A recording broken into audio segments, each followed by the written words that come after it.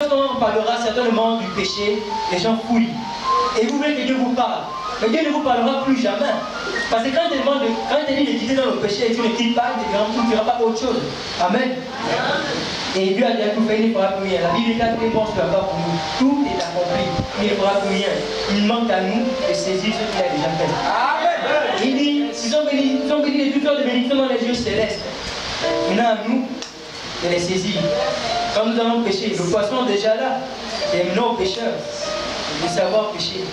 D'identifier le poisson. Amen. Et Amen, amen. Ce soir, ce n'est pas la popularité que je cherche, mais c'est la présence de Dieu.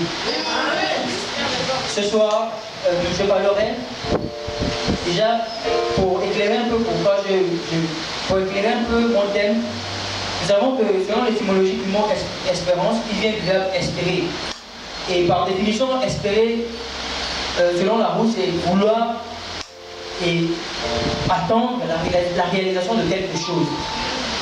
Et ce thème est un thème, le mot espérance, espérer, c'est un thème, selon ma compréhension, selon ce que Dieu a mis dans mon cœur, c'est vraiment un thème en 3D, c'est-à-dire en 3 dimensions. Raison pour laquelle ce soir j'intitule mon évangile. Amen, mon évangile, pas comme l'apôtre Paul, l'apôtre a dit mon évangile. C'est en nous. Ce soir, mon évangile portera sur la dimension de l'espérance. Amen. Dimension, par définition, c'est aussi différents aspects. Donc, les différents aspects de l'espérance. Dans un premier temps, je développerai l'espérance provenant de nous, donc l'espérance provenant du monde. Amen. La Bible déclare dans le livre dans Romains 8, verset 19, est-ce qu'il y a un homme ou une femme qui peut nous lire ce verset? Et ici, nous avons pour habitude de honorer la parole de Dieu lorsque c'est le premier verset, nous levons pour honorer ce Dieu. La Bible déclare qu'il est la parole. Donc ce n'est pas la parole que nous honorons, mais c'est Dieu que nous honorons. Nous allons nous lever pour lire Romains 8, verset 19. Il est écrit: aussi, la création attend-elle avec un ardent désir la révélation des fils de Dieu. Moi. Amen. Amen. La Bible déclare que la création, le monde, attend avec un ardent désir la révélation des fils de Dieu. Bien-aimés, les païens attendent, les musulmans attendent, les bouddhistes, tous nous attendent, nous, les fils de Dieu. Amen. Ils espèrent en qui? En nous, les fils de la lumière, les élus de Jésus-Christ. Alléluia. Amen. Le soir, quand tu vas, après ce moment, quand tu vas au quartier, tu es au boutique, tu es musulman, tu m'attends. Tu attends que je vienne parler de Jésus. Mon salut dépend de toi. Amen. Amen. Et c'est une réalité. Les païens, les francs-maçons nous attendent. Mais la question qui est posée est nous, qu'est-ce que nous faisons? Où sommes-nous? Et nous sommes endormis. La Bible dit, allez faire de toutes les nations des disciples. Allez, partez. Et la Bible dit, la création nous attend. Donc, le monde attend que nous apportons l'évangile de paix. L'évangile qui sauve. Alléluia. Amen. Alléluia. Amen. La création nous attend. Bien-aimés, le royaume de Dieu est répandu sur la terre à travers les fils de Dieu. Si tu n'es pas fils de Dieu, bien-aimé, le royaume de Dieu n'est pas encore. Et la vérité est que, comme je le disais tantôt, Dieu ne fera plus. Il a déjà fait. Le monde, il ne reste qu'à nous de faire ce que Dieu veut que nous fassions. Souvenez-vous toujours de ce verset. La création nous attend que nous apportons l'évangile. Même dans les lieux les plus obscurs, il n'y a pas d'espérance en Christ sans évangile. C'est l'évangile qui crée l'espérance dans le cœur des gens. Alléluia. Donc, sinon même il est de notre devoir de créer de l'espérance pour Christ dans les cœurs des familles, des gens. Alléluia. Et c'est le premier, c'est l'aspect premier que je développe ce soir. Et nous allons encore lire un verset biblique dans 2 Corinthiens, chapitre 7, verset 6. La Bible déclare, mais Dieu qui console ceux qui sont abattus, nous a consolés par l'arrivée de Tite. Amen. Tite est un serviteur, un fervent de Dieu, vraiment zélé au Seigneur, qui a fait des choses extraordinaires. Ce verset vient reconfirmer ce que j'ai dit. La Bible dit, je vais répéter, mais Dieu qui console ceux qui sont abattus, nous a consolés par l'arrivée d'un chrétien, par l'arrivée d'un fils de Dieu. Alléluia. Donc il est notre devoir de consoler par l'évangile ceux qui se sont abattus. Amen. Amen. Alléluia. Amen. Bien-aimés, la création nous attend. La création nous attend. Et souvent, l'Église est frustrée. Les chrétiens sont frustrés parce qu'ils s'érigent, ils programment ils ont des programmes qui ne n'aboutissent pas, tout simplement parce qu'ils ne font pas ce qu'il faut faire. Alléluia. Ce soir, j'aimerais que sur tous ces moments, tu sois une personne impactée, renouvelée, changée. Le camp de police nous attend. Montagne-Sainte nous attend. Les quartiers dans lesquels nous vivons, nos voisins nous attendent. Ils attendent que ça. Les gens souffrent. Les gens recherchent la paix. Mais ils ne savent pas que la paix c'est Jésus. Mais Jésus nous a établis pour apporter cette paix. Alléluia. Les gens cherchent l'amour. Les gens cherchent le réconfort. Les gens cherchent la joie. Mais Jésus n'est que la joie. Jésus est la joie, l'amour, la paix, tant recherché par l'humanité. Alléluia. Donc, pour rappeler cet aspect que j'ai en train de développer, je disais que c'est l'espérance à l'égard des chrétiens. Donc, c'est-à-dire que l'espérance que le monde, les païens, expriment pour nous, les chrétiens. C'est un besoin que le monde exprime. Et nous allons encore développer un aspect ce soir, c'est l'espérance à l'égard de notre Dieu. Alléluia. En effet, je vais dire ce que j'ai. C'est pas un péché, alléluia. J'ai eu un temps de préparation, j'ai un péché. Alléluia, c'est un ordinateur. Hein. C'est l'autodidacte que Dieu a permis qui soit à notre disposition aujourd'hui. Je vais dire. L'espérance à l'égard de notre Seigneur Jésus-Christ, c'est en effet l'espérance que l'homme exprime à l'égard de Dieu. Dans un premier temps, c'est l'espérance qui consiste à ce que, après la vie sur terre, nous irons au ciel. Alléluia. Tout homme, un jour, après notre vécu sur cette terre, veut se retrouver dans un endroit où il n'y a pas de guerre, il n'y a que de joie, de paix absolue. Et c'est l'espérance que tout homme exprime.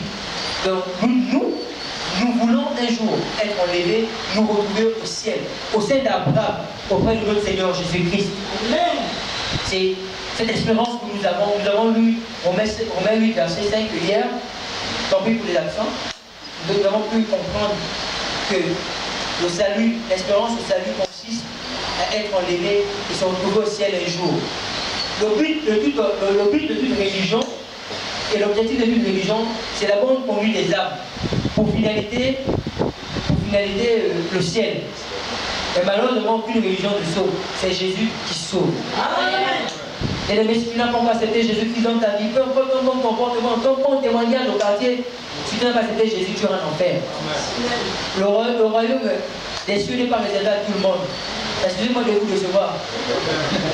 Et ce qui me fait mal ce soir, c'est que, en fait, rien n'est fait au hasard. Si Dieu permet que je parle de ça ce soir, c'est parce qu'il sait qu'il y a besoin, il sait encore que les gens ne sont pas conformément à sa parole.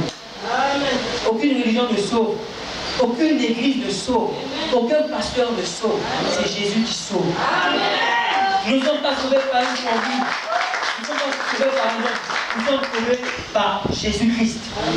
Alléluia. Amen. Ce soir, si nous n'avons pas communiqué avec le Seigneur, je t'exhorte de le faire. Alléluia. Amen. Comme je le disais tout à l'heure, En fait, je pense qu'une chose, c'est que si aujourd'hui Jésus revenait dans ce lieu, tout le monde ne serait pas enlevé. Voici pourquoi il permet que je le parle. Je parle ce que je suis en train de dire ce soir.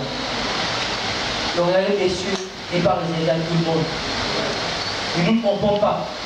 La Bible dit uniquement ceux qui font la volonté de Dieu. Amen. Si tu fais pas la volonté de Dieu ce soir, si jusqu'à ce soir, tu n'as pas encore fait la volonté de Dieu, en fait, selon ton profit, tu mérites d'en faire. Tu mérites d'en faire. Peu importe ton espérance dans le Seigneur, le nombre d'années que tu as déjà fait, si tu n'as jamais fait la volonté de Dieu, la volonté de Dieu est que tu obéisses strictement à sa parole, dans les moindres détails. La parole de Dieu, c'est quoi? Si Dieu te demande d'aimer ton frère, tu le fais avec joie, avec amour. Si Dieu te demande Amen, c'est de le faire. Et c'est pas, je ne vois pas que tu as regardé. Amen, sinon j'allais le faire ce soir devant vous. Amen. Le plus important, au-delà de toute chose, c'est de faire la volonté de Dieu. Parce que lorsque tu as compris ce que c'est la volonté de Dieu, tu as compris que tu iras au ciel. Alléluia. Peu importe tout ce qui peut se faire, tout ce qui peut se dire, le plus important c'est faire la volonté du Père. Alléluia. En qui devons-nous espérer? Pourquoi devons-nous espérer? Ce sont des questions qui pouvaient encore me traverser, qui vont encore me fleurer l'esprit. Aujourd'hui, j'ai la réponse. Alléluia. Il y a en Jésus que nous devons espérer. Alléluia. Alléluia.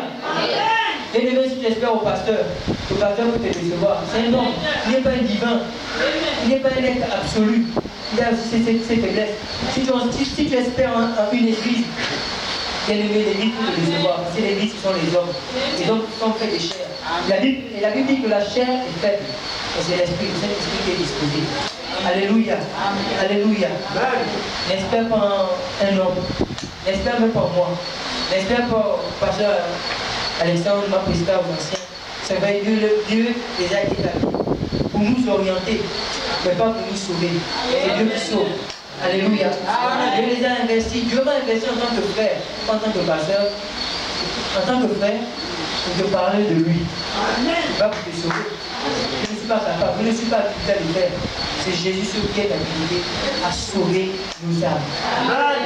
Bien-aimé, si tu vis encore dans le péché, ce soir arrête. Tu vis dans la fornication, ce soir arrête.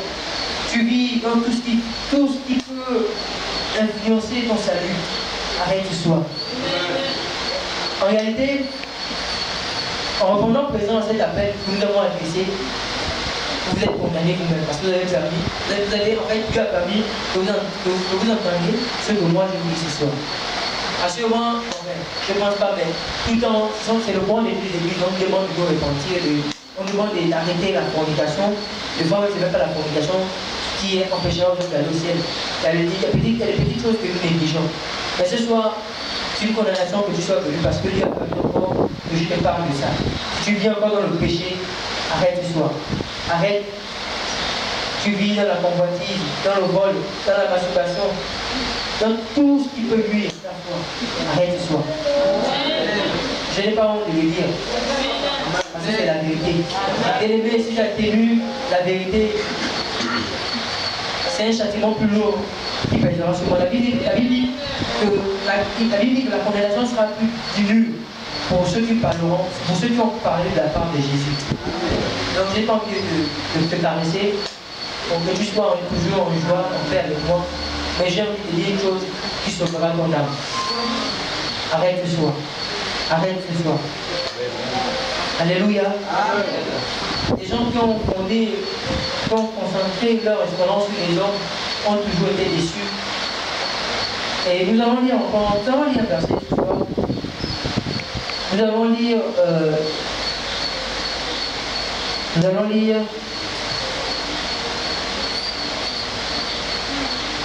nous lirons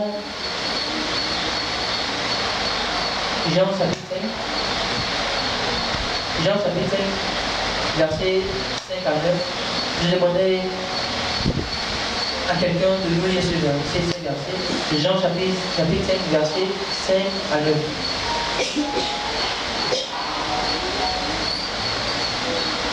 il est écrit. Alléluia. Là se trouvait un homme malade depuis 38 ans. Jésus, l'ayant vu coucher et sachant qu'il était déjà malade depuis longtemps, lui dit, veux-tu être guéri? Le malade lui répondit, Seigneur, je n'ai personne pour me jeter dans la piscine quand l'eau est agitée. Et pendant que j'y vais, un autre descend avant moi. Lève-toi, lui dit Jésus, prends ton lit et marche. Aussitôt cet homme fut guéri, il prit son lit et marcha. Amen. Amen. Quand nous lisons cette histoire, nous comprenons que cet homme, en fait, n'avait pas confiance en Jésus. Je ne sais même pas s'il avait entendu parler de Jésus, mais certainement.